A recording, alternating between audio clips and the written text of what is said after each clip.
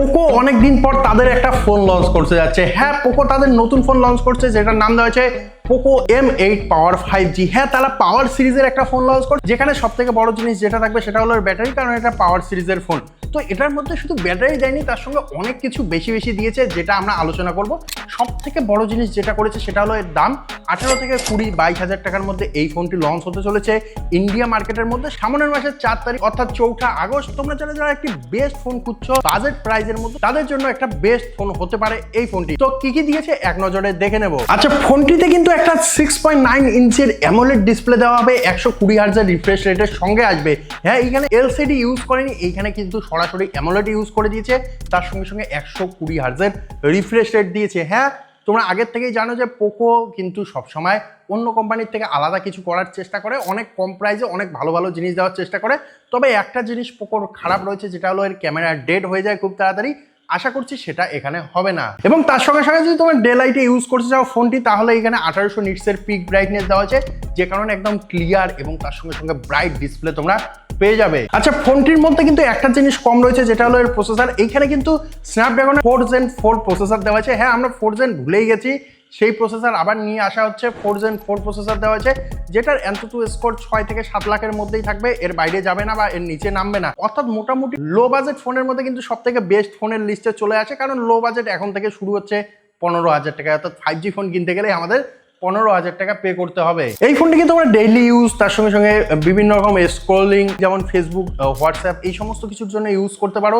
খুব heavy gaming করতে পারবে না, তবে ভিডিও, ফটো এবং ডেইলি ইউজের ক্ষেত্রে মোটামুটি ভালো পারফরমেন্স দিতে পারে তোমাদের। পেছনে হয়তো 2টি সেন্সার দেবে, অর্থাৎ ক্যামেরা সেন্সার একটি 50 মেগাপিক্সেলের, তার সঙ্গে সঙ্গে যে কোনো একটি 2 মেগাপিক্সেলের সেন্সার বসিয়ে দেবে, এবং ফ্রন্টে একটি 8 মেগাপিক্সেলের সেলফি ক্যামেরা দেবে। তবে এখানে 50 মেগাপিক্সেল দেবে বলে এই ভাববে না যে এখানে 4K রেকর্ড করতে পারবে না, এখানে 1080p 30 fps এর বেশি ভিডিও রেকর্ড করতে পারবে না, সামন হোক বা পেছন। আচ্ছা, এইখানে সব থেকে বড় বা বেশি হাইলাইট করা হয়েছে ব্যাটারি। এইখানে একটি বড় মাপের পাওয়ার সাপ্লাই এর কথা বলা হচ্ছে। হ্যাঁ, এইখানে 8000 mAh এর একটি ব্যাটারি বসিয়ে দেওয়া হবে, এবং তার সঙ্গে সঙ্গে 22.5 ওয়াটের রিভার্স চার্জিংও সাপোর্টেড দেবে, যে কারণে তোমরা এটার মাধ্যমে তোমাদের যে কোনো ডিভাইস চার্জ করতে পারবে।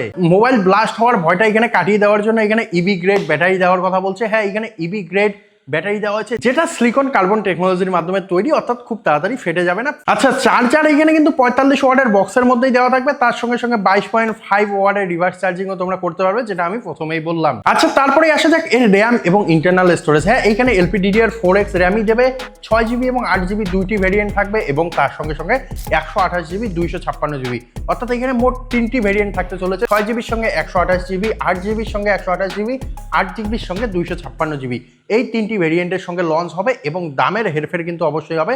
প্রত্যেকটি ভেরিয়েন্টের জন্য 2-3 হাজার টাকা করে তোমাদের বেশি দিতে হবে। এইখানে কিন্তু ইন্টারনাল স্টোরেজের কোয়ালিটি একটু ডাউন করা আছে, UFS 2.2 দেওয়া আছে, যে কারণে খুব বেশি ফাস্ট হবে না, আবার খুব বেশি কিন্তু স্লো হবে না, যেটা তোমরা বুঝতেই পারবে না। আচ্ছা, এইখানে Corning Gorilla Glass 7 IS support দেওয়া আছে, অবশ্যই একটা ভালো কাজ করেছে। তার সঙ্গে সঙ্গে IP65 এর রেটিং দেওয়া আছে, ওয়াটার এবং ডাস্ট রেজিস্ট্যান্ট হয়ে যায়। ওয়াটার এবং ডাস্ট রেজিস্ট্যান্ট বলতে সেই জলের মধ্যে চুবিয়ে দেবে সেটা করতে যাবে না, এখানে কিন্তু সেই রকম প্রোটেকশন বা হেভি প্রোটেকশন দেওয়া হয়নি। তবে হাত থেকে পড়ে গেলে খুব তাড়াতাড়ি ভাঙবে না, এটা অবশ্যই মাথায় রাখবে। আচ্ছা, সফটওয়্যার যদি দেখি, তাহলে এখানে কিন্তু Android 16 অবশ্যই থাকছে, তার সঙ্গে সঙ্গে HyperOS 3 থাকতে পারে, তার সঙ্গে সঙ্গে সমস্ত রকমের সেন্সার এখানে দেবে, যেমন gyroscope sensor, proximity sensor, ambient light sensor, সমস্ত কিছুই থাকবে। তো এটার মধ্যে মোটামুটি সবকিছুই ভালো দেওয়া আছে, যেমন অ্যামোলেড ডিসপ্লে দেওয়া আছে, 50 মেগাপিক্সেলের ক্যামেরা দেওয়া আছে, 8000 mAh এর ব্যাটারি দেওয়া আছে, নো ডাউট ডিজাইনও ভালো দেওয়া আছে, পেছনে 2টি ক্যামেরা মডিউল দেওয়া আছে, তার সঙ্গে সঙ্গে LED ফ্ল্যাশ লাইট দেওয়া আছে। সবকিছু মিলেমিশে একটি বাজেট প্রাইজের মধ্যে খুব ভালো ফোন হতে পারে।